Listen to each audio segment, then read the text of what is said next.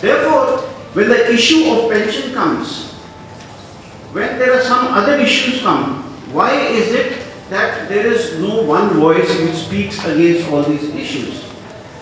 And that is because they have beautifully polarized the people. Within the armed forces, if one voice rises up, there are 10 to put him down. And this is happening in each and every department. This is like, typical case of Iraq war, where Shias and Sunnis are living very happily. The Americans went in, divided the Shias and Sunnis, who both are fighting with each other now, and their Halliburton is, their company, is coolly taking out the oil and selling it. This is exactly what is being done to polarize the people here.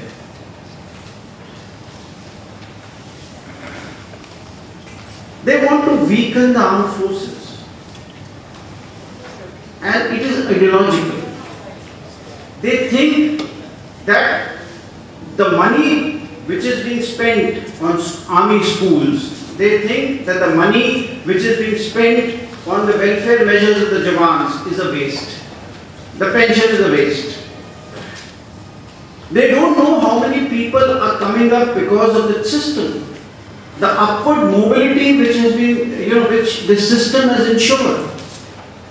When I see a cook's son, an army cook who's the lowest in, within the ranking system, when I see him topping the National Defence Academy exam, it is because of the system, that welfare, entire system that we had created. When I see now we are protesting against these trees falling in Sarojini, these are the symbols where, and the government schools surrounding that entire area. These are the systems which are created, because of which most of us have studied in those schools, have come up through those schools, and are now standing up here. That system is being destroyed. And they don't like that system within the armed forces also. We need to protect that particular system from these profiteers.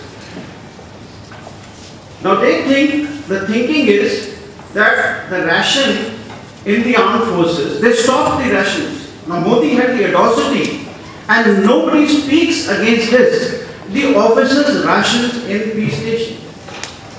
Now we've all known that the army marches on its stomach. And we've not heard any protest coming up, any strong protest coming up against this. It's not the question of rations. The basic question is that it is a system that you're destroying. There was a particular purpose for which some perks are given. And those perks are being withdrawn. Why? Just to profit the crony capitalists.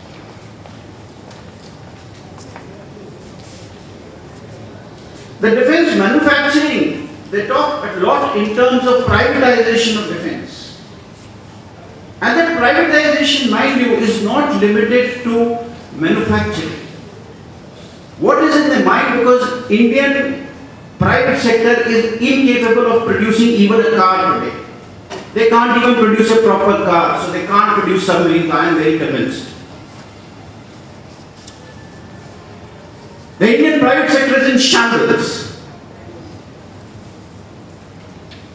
Why are they talking of privatization of defences? Because they want to hand over the revenue budget of the armed forces to the private people. They want to hand over the budgets of pay and pensions. They want to ration budget. And that is because there is a global trend to privatize the armed forces. There is a global trend happening in it, which started from the Iraq war. If Agent Orange was something which the Vietnam War had given, The Iraq war gave the privatization of military. We are now witnessing the springing up of private military companies all across the world. And when Modi signs an agreement, goes and signs an agreement with USA on having their military bases here, what it means is that private military companies are going to come here and start earning the profits. We are not understanding this basic ideology which is at play in destroying our state.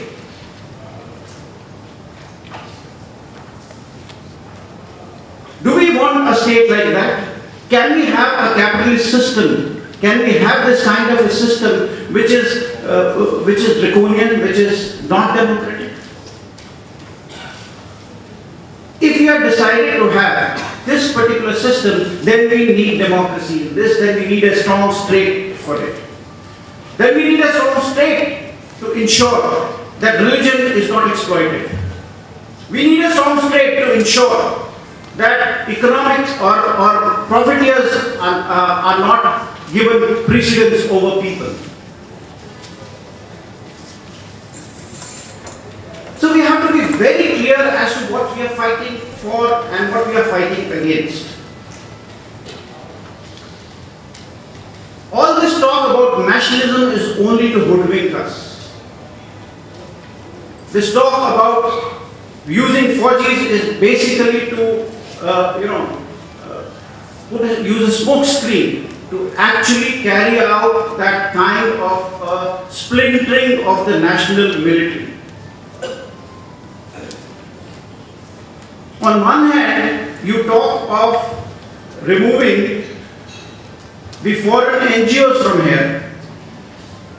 On the other hand, you have no compunctions in bringing or in giving the private military bases here. You are bringing in the US military bases into India, but you are saying that what will do more harm to India is the foreign NGOs. Now this contradiction is something that we must fight against. We need to understand this. We are not attacking their ideology. We are reacting to them. And that ideology is not about religion. They don't want to protect religion. They don't want to protect military. They don't want to protect Hinduism. They want to protect their class.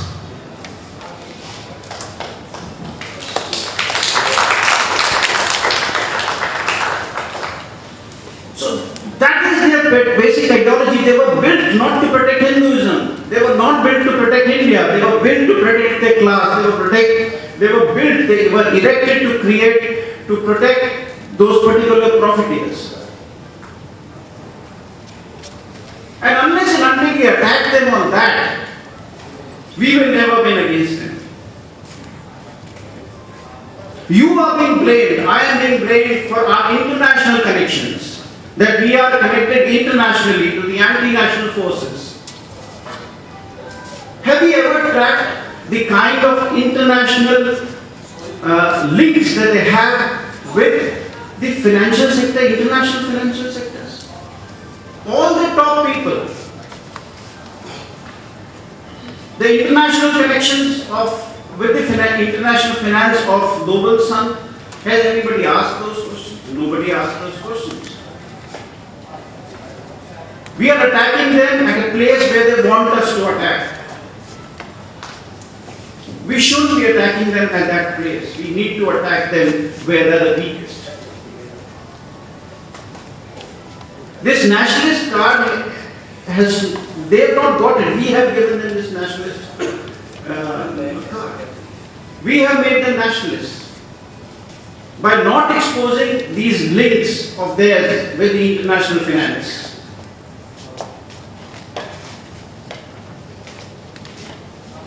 So therefore, and that international finance wants our state to be weakened. Should we allow our state to be weakened like that? Is the basic question. Why should people not take back their state from the people who want it to wither away? Today, we have no privacy.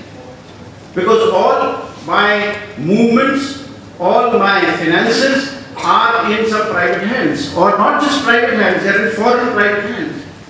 Google, Facebook, everything is gone. They weakened my state. We were 90 power and these things have not been, why aren't these things Indian?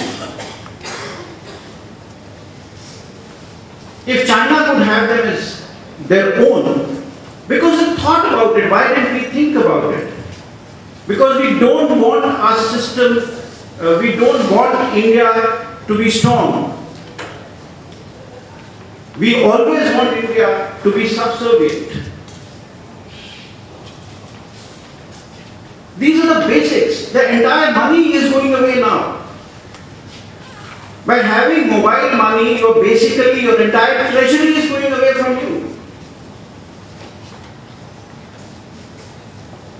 Have you ever given a thought? The intelligence agencies from abroad don't need to come here and park themselves here. Most of your people's movements are known to them. Where you spend your money is known to them. And there is no talk about it. When Modi sits with Zuckerberg or when Modi goes to Google, we are celebrating Satya Nadella's. But we are not thinking what are they doing to us. We have not thought about having our own systems.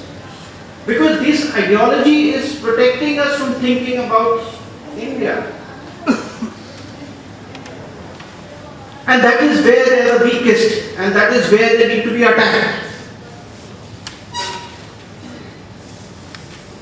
Their class connections need to be exposed.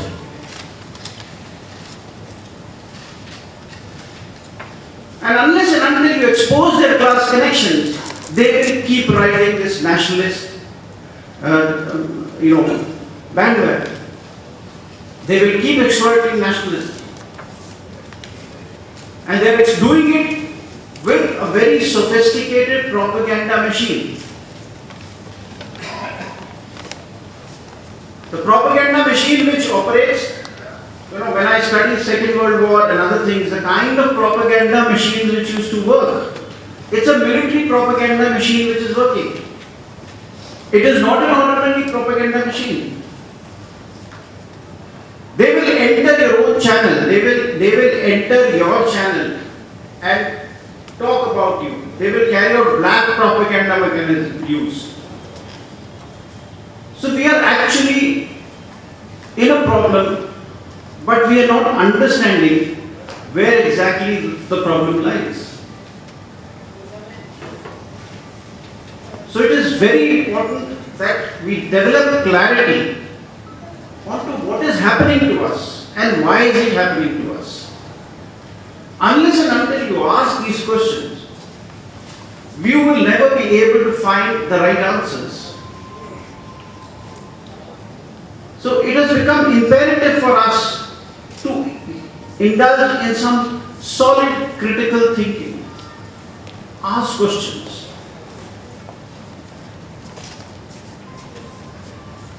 Don't just let them guide what you are thinking. Think differently. They want you to think on Ayodhya. Don't think. Ask them some different question. So develop this habit of asking questions and challenging them. And I will conclude by saying that what we need to do is only one thing, that is protect our state. A state that has enabled us to reach where we are, that will enable millions of people to reach where they are. I believe in strong state because I think that is the only potent weapon available to us at the moment to help millions of people to come out of poverty. If you do not have a strong state, if you do not have your own state with you, you will never be able to bring up people. I have seen I was born in Sarojini Nagar. I have seen in small quarters there were schools which used to run, and those have produced top doctors today. They have produced top engineers from the government schools here. Most of the people in the 60s and 50s have studied in those government schools. And those are fantastic schools. We need to get back that system. And unless and until you fight for that system, you will not be able to protect any of your rights. That is the only way to ensure that maximum people come up and maximum equity is achieved. Thank you. National Dastak की आपसे गुजारिश है कि अगर इसको बचाना चाहते हैं तो नेशनल दस्तक को सब्सक्राइब करने के लिए रेड कलर के सब्सक्राइब बटन को दबाएं, फिर बेल आइकन की घंटी दबाएं। नेशनल दस्तक को बचाने के लिए बहुत ज़रूरी है कि हर खबर को शेयर करें, लाइक करें, कमेंट जरूर करें।